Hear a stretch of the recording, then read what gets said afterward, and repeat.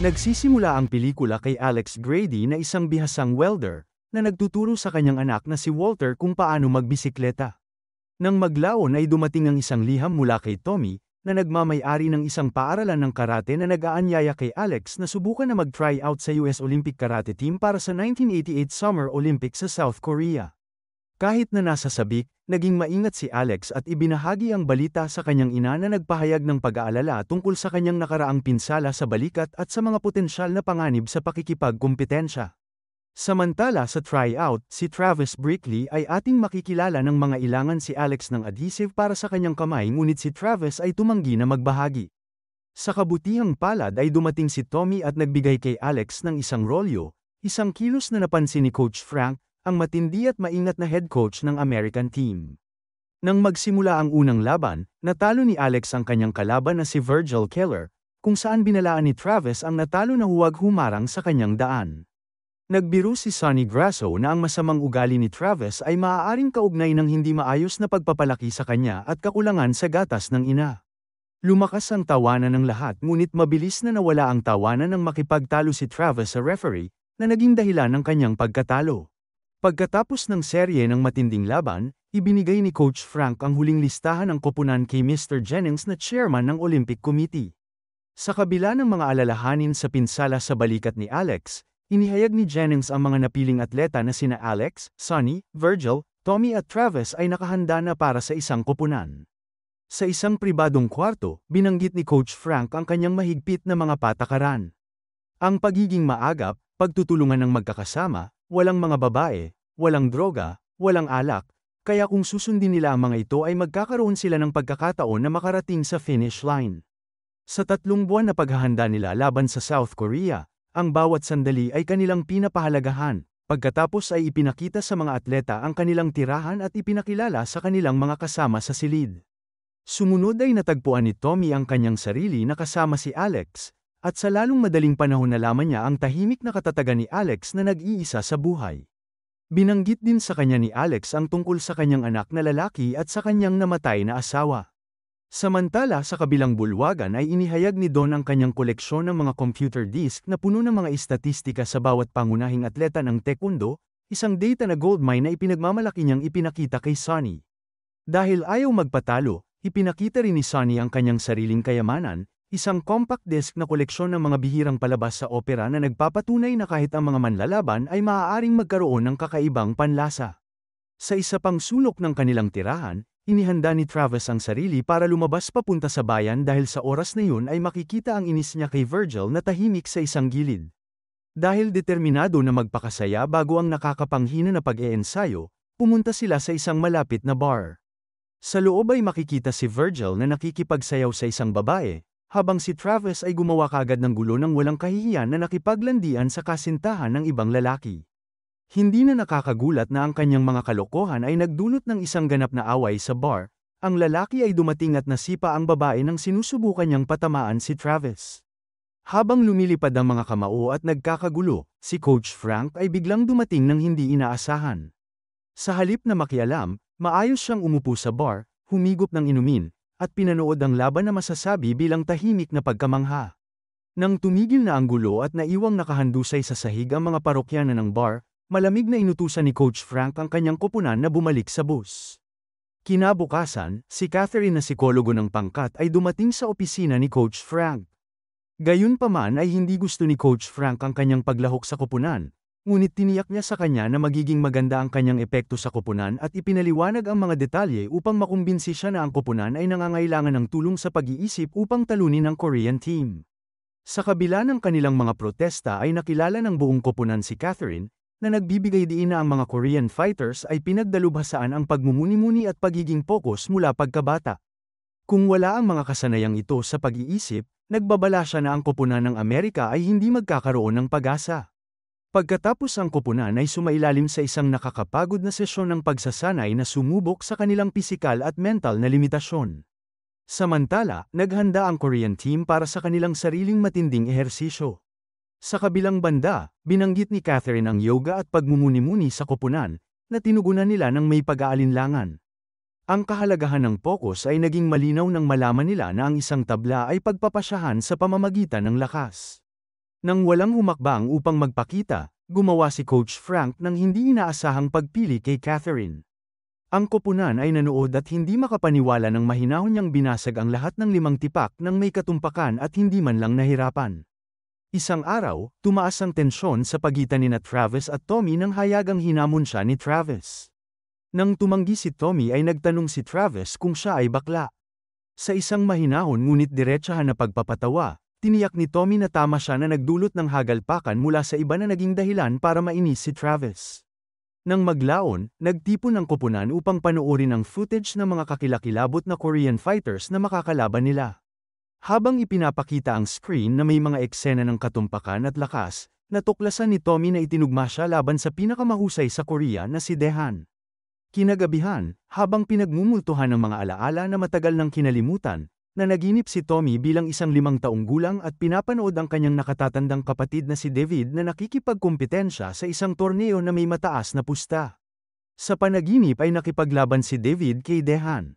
Isang mapangwasak na sipa sa ulo ang tumapos sa laban at sa buhay ni David, na nag-iwan ng trauma na humubog kay Tommy mula noon.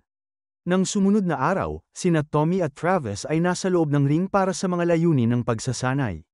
Nang subukan ni Travis ang isang iligal na galaw, mabilis itong napigilan ni Tommy na ikinabagsak ni Travis sa sahig. Habang ang iba ay iniisip ito bilang isang magandang pagpapakita ng kasanayan, si Coach Frank ay hindi nasiyahan. Dinala niya si Tommy sa tabi, na nagpahayag ng pag-aalala tungkol sa kanyang pagpipigil. Binalaan siya ni Coach Frank na kung magdadalawang isip siya ng ganoon sa tournament, hindi lang siya matatalo ni Daehan, mamamatay din siya. Habang naghahanda ang pangkat na umalis patungong Korea, nagkaroon ng sakuna. Nakatanggap si Alex ng masamang balita na ang kanyang anak na si Walter ay nabangga ng kotse. Sinabi niya kay Coach Frank na kailangan niyang umalis ngunit iginiit ni Coach Frank na unahin niya ang koponan. Nagmamadaling umalis si Alex para lang makita si Walter na nasa estado ng coma na ikinawasak niya.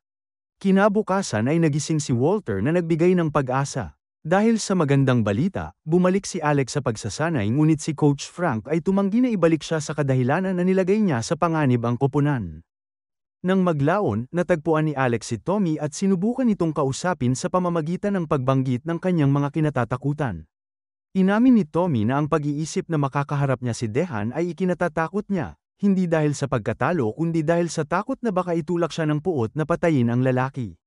Si Alex gayunpaman ay nakita ang tunay na ipinaglalaban ni Tommy at hinimok siya na palayain ang kanyang nabubulok na puot, nagbabala na ang pagpapanatili nito sa kanyang sarili ay makakasira lamang ng kanyang kalooban.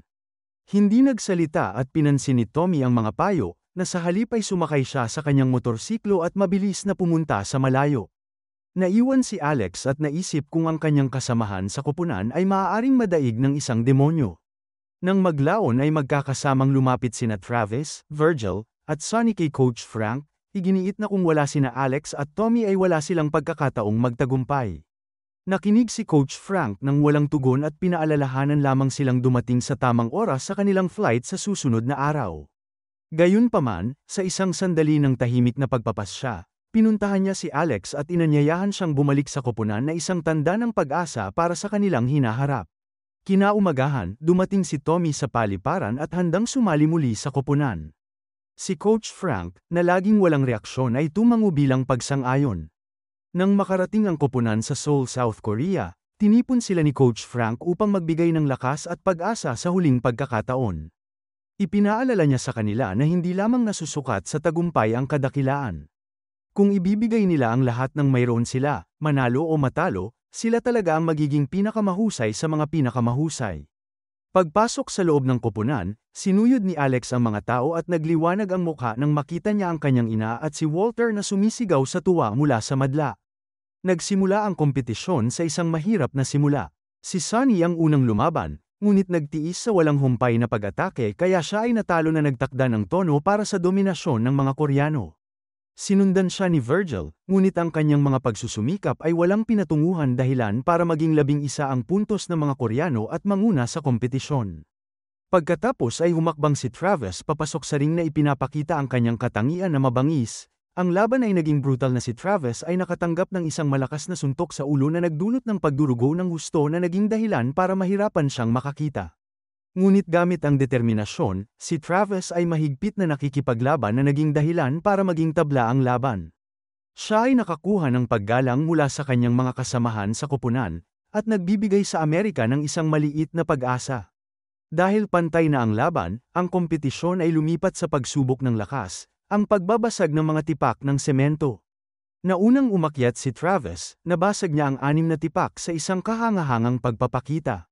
Gayunpaman, itinaas ng kanyang kalaban na Koreano ang mga pusta at binasag nito ang 9 na tipak na pinapanatili ang Korea sa unahan. Habang lumalakas ang tensyon, lumapit si Tommy kay Alex. Sa tahimik na determinasyon, pinaalalahanan niya si Alex na ang responsibilidad para sa tagumpay ay nakaatang na ngayon sa kanilang mga balikat.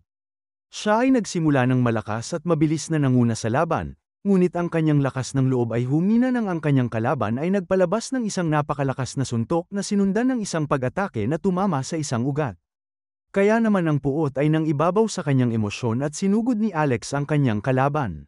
Nawala sa kontrol ang pangyayari nang ang parehong koponan ay umakyat na handa ng makipaglaban at nagbabantang sa sabugang kaguluhan.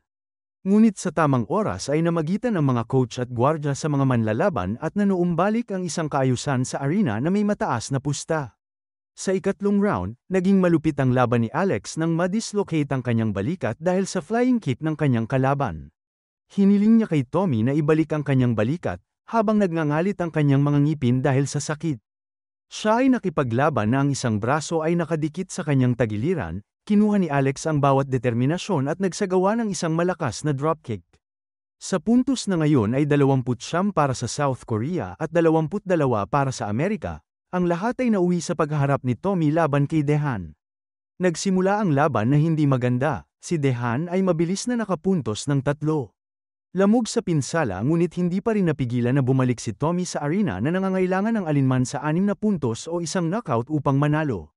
Ang ikalawang round ay isang walang humpay na labanan, isang iligal na suntok na naman ang ginawa ni Dehan na hindi napansin ng referee ngunit nagtiyaga si Tommy at gumawa ng sunod-sunod na pag-atake hanggang sa mabali niya ang binti ni Dehan. Halos magkapareho na ang kanilang puntos at ang laban ay mayroon na lamang 30 segundo na natitira, pilit na tumayo si Dehan na bakas sa mukha ang sakit. Habang naghahanda si Tommy na magbigay ng panghuling pag-atake, natigilan siya dahil pinagmumultuhan ng matingkad na alaala ng nakamamatay na sipa ni Dehan sa kanyang kapatid. Puot at pag-aalinlangan ang bumalot sa kanya habang siya ay nakatayong nanginginig. Dahil sa pagkapansin sa nangyayari kay Tommy, hinimok siya nina Alex, Coach Frank at mga assistant coach na magpigil dahil natatakot na baka hindi makaligtas si Dehan sa pag-atake. Tumunog ang buzzer bago kumilos si Tommy, at saka naman bumagsak si Dehan sa sahig. Sa kabila ng kanyang pagbagsak, si Dehan ay idineklarang panalo sa pamamagitan ng mga puntos. Nang huminahon ang lahat, niyakap ni Coach Frank si Tommy at nagsalita ng mahina ngunit matatag.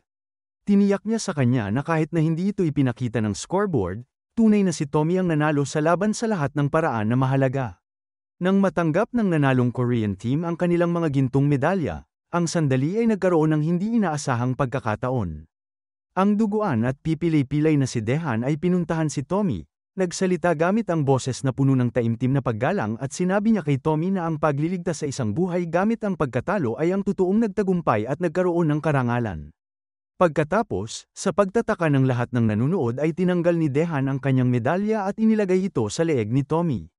Sa matinding katapatan, humingi siya ng tawad sa pagkamatay ni David. Ang pelikula ay nagtapos nang ang iba pang pangkat ng Koreano ay sumunod at nagbigay ng kanilang mga medalya sa mga Amerikanong manlalaban.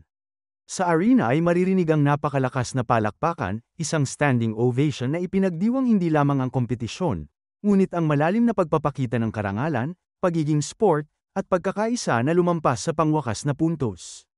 Salamat sa panonood. Para lagi kayong updated sa susunod na kwento, mag-subscribe at siguraduhin na naka-on ang notification bell. Ingat!